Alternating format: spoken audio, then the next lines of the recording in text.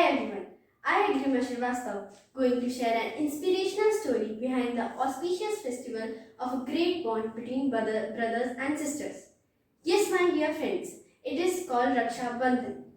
It is a popular and traditionally Hindu rite celebrated all over the India. The story of Raksha Bandhan has related today to Hindu mythology and Hindu epic Mahabharata. Once Lord Krishna cut his finger, Draupadi tied a piece of cloth from her sari which stopped the bleeding. After this incident, the piece of cloth becomes a sacred thread and symbolizes the true significance of Raksha Bandhan. Her deeds moved Lord Krishna to show that he will protect her in any situation.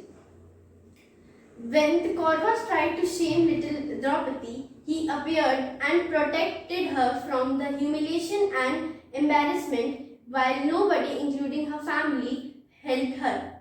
It is a lesson from the above story that everyone should protect their sister in her difficult times.